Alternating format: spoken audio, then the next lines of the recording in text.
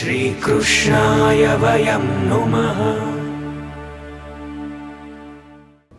જે દ્વેષ ધારણ કરવાવાળા જીવ પ્રત્યે, ભગવાન પ્રત્યે, ભગવાનની વિભૂતિ અવતારો પ્રત્યે જે દ્વેષ ધારણ કરનારા જે જીવો છે, જે ક્રૂર છે, એ પ્રવાહી છે.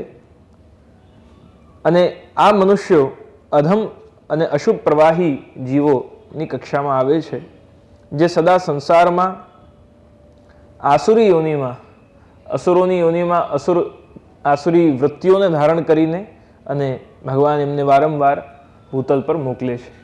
એટલે એમની વૃત્તિઓ જે છે એ વારંવાર ભગવાન એમને પુનર્જન્મ તો થાય છે, પણ જન્મ થઈને પણ આસુરી વૃત્તિઓના અંતર્ગત એમનું જન્મ થાય છે. એટલે જન્મ થઈને પણ એ સારું કામ કંઈ કરતા નથી કે ભાઈ એક જન્મ ખરાબ કામ કર્યા, આસુરી વૃત્તિઓ ધારણ કરી, હવે પાછું ભગવાને નવું જન્મ આપ્યું તો એમાં સત્કર્મ, સદવિચારો અને સદપ્રવૃત્તિઓ ધારણ કરીએ, એમ નહીં.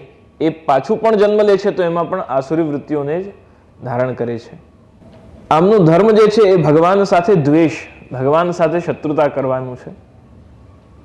જે નાસ્તિક બનીને પણ થઈ શકે છે, નાસ્તિક બનીને પણ ભગવાનથી શત્રુતા કરી શકાય છે, એવા પણ જીવ આમાં આવી જાય છે. તો આમનું જે ધર્મ છે, જે મુખ્ય આમનું ડ્યુટી છે જીવનની, એ છે ભગવાન સાથે દ્વેષ કરવો. અને એમનું ફલ કયું કે આમનું ફલ પણ અંત સદૈવ નર્ક ગતિ, અધમ ગતિ આમનું પરમ ફલ છે.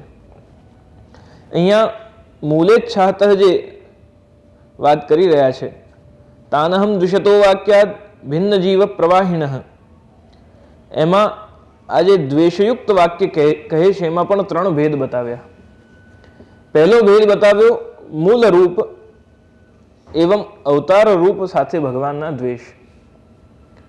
ભગવાનનું જે મૂળ સ્વરૂપ છે, પરમ તત્વનું જે મૂળ રૂપ છે, એની સાથે અથવા એમના જે અવતારો છે, અવતાર સાથે દ્વેષ. હિરણ્યાક્ષ આદિ ભગવાનના અવતાર સાથે, હિરણ્યકશિપુ, હિરણ્યાક્ષ બધા ભગવાનના અવતાર સાથે દ્વેષ રાખ્યો. બીજું છે વિભૂતિઓ સાથેનું દ્વેષ, કે જેમાં ભગવાનના અવતારોની જે વિભૂતિઓ છે, અંશ કલા અવતારના ભેદ. સમય પર ભગવાન, જરૂરી નથી કે દરેક વખતે ભગવાન પોતે જ અવતરિત થાય. ટાઈમ આવવા પર એમની શક્તિઓને પણ નિહિત કરી દે કે ભાઈ એક શક્તિ ભગવાનની જઈને કાર્ય સિદ્ધ કરી દે, એક કલા ભગવાનની જઈને કાર્ય સિદ્ધ કરી દે. તો ત્યાં એમની જે અંશકલા વિભૂતિઓ છે અથવા અન્ય જે દેવો છે, દેવગણો છે, જે ભગવાનના શ્રીઅંગમાંથી જ પ્રગટ થયેલી સૃષ્ટિ છે, એમની સાથે જે દ્વેષ રાખે છે, તો ત્યાં કહે છે કે એમની સાથે જે દ્વેષ રાખે છે અથવા એમની સાથેના દ્વેષને જે ત્યાગ કરે છે, એને તો મુક્તિ કદાચ મળી જાય છે. આ આસુરાવેશી જીવ કહેવાય છે. આમનામાં આસુર આવેશ છે, એ આસુર આવેશ હટી જાય. મૂળ સ્વભાવ આસુરી નથી, પણ આસુર આવેશ એમનામાં રહ્યું છે, અને આસુર આવેશ હટી જાય તો મુક્તિ સંભવ છે.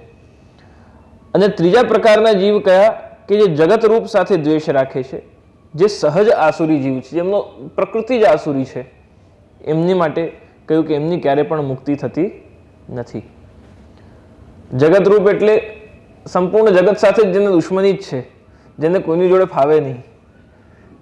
ઘણા એવું કહેતા હોય મને, આપણને તો કોઈની જોડે ફાવે નહીં, બહુ ન ફાવે. જગત રૂપ સાથે જેને દ્વેષ હોય તો એ ઘણીવાર એને પોતાની જોડે બી ન ફાવતું હોય પાછું.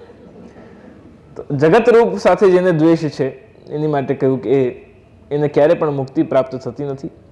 10મા સ્કંદમાં અક્રૂરજીનું પ્રસંગ આવે છે કે અક્રૂરજી ધૃતરાષ્ટ્રને સમજાવે છે કે અધર્મથી જે જીવનું પોષણ કરે છે એની ક્યારે પણ ઉત્તમ ગતિ થતી નથી.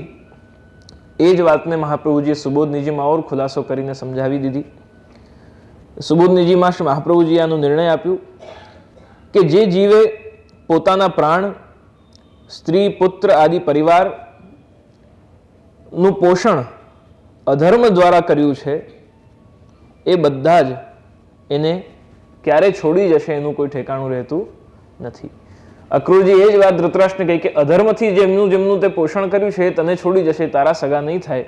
મહાપ્રભુજી એ જ કહે છે કે અધર્મ દ્વારા અર્જિત પદાર્થથી જેનું પોષણ જીવ કરે છે, પોતાનું અને પોતાની સાથેના પરિવારજનોનું, એનું ક્યારે પણ ઠેકાણું નહીં, કે કોનો સગો થાય એનું કંઈ ઠેકાણું કહી શકાય નહીં.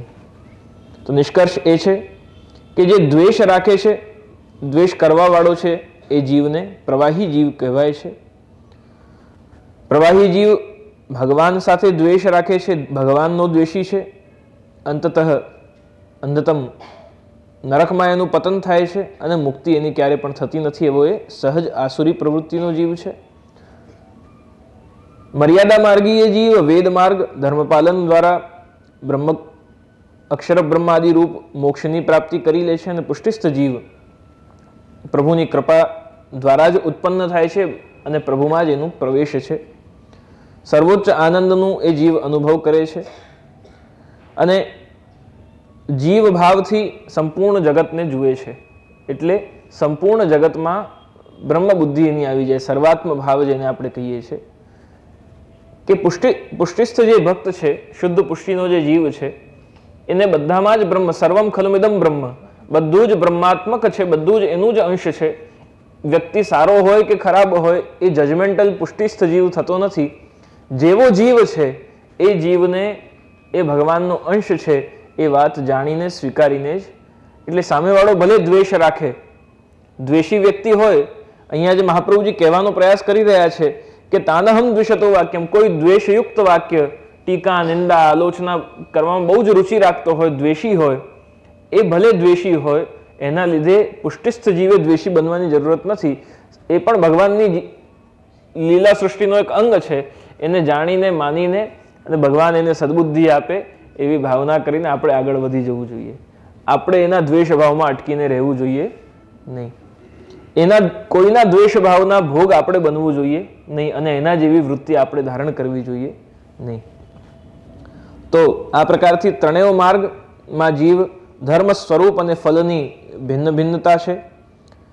મર્યાદા અને પુષ્ટિ માર્ગમાં જીવ ભાવની નિવૃત્તિ થાય છે. જીવ ભાવની નિવૃત્તિ એટલે કે આ વ્યક્તિ છે એ વ્યક્તિને ઓળખવાનું જીવ બંધ કરે છે અને એમાં બ્રહ્મત્વ કે આ પણ ભગવાનનો અંશ છે એ દૃષ્ટિથી એને ઓળખવાનું શરૂ કરી દે છે. જીવ બુદ્ધિનું નાશ થયું, જીવ બુદ્ધિની નિવૃત્તિ થઈ અને બ્રહ્મ બુદ્ધિ પ્રાપ્ત થઈ. કે બધું જ એ બ્રહ્મનું અંશ છે, એમાંથી જ ઉત્પન્ન થયેલી સૃષ્ટિ છે. આગળ શ્રી મહાપ્રભુજી 12મા શ્લોકમાં કહી રહ્યા છે, તસ્માત જીવા પુષ્ટિ માર્ગે ભિન્ના એવ ન સંશય ભગવદ રૂપ સેવાર્થમ તત્સૃષ્ટિર નાન્યથા ભવેત. આ નાન્યથા ભવેત જે મહાપ્રભુજીએ કહ્યું, ન અન્યથા ભવેત, આ સૃષ્ટિ, પુષ્ટિ સૃષ્ટિનું અન્ય કોઈ કાર્ય એની આવશ્યકતા જ નથી. અન્ય કોઈ કાર્ય સિદ્ધ કરવા માટે પુષ્ટિ સૃષ્ટિની આવશ્યકતા જ નથી.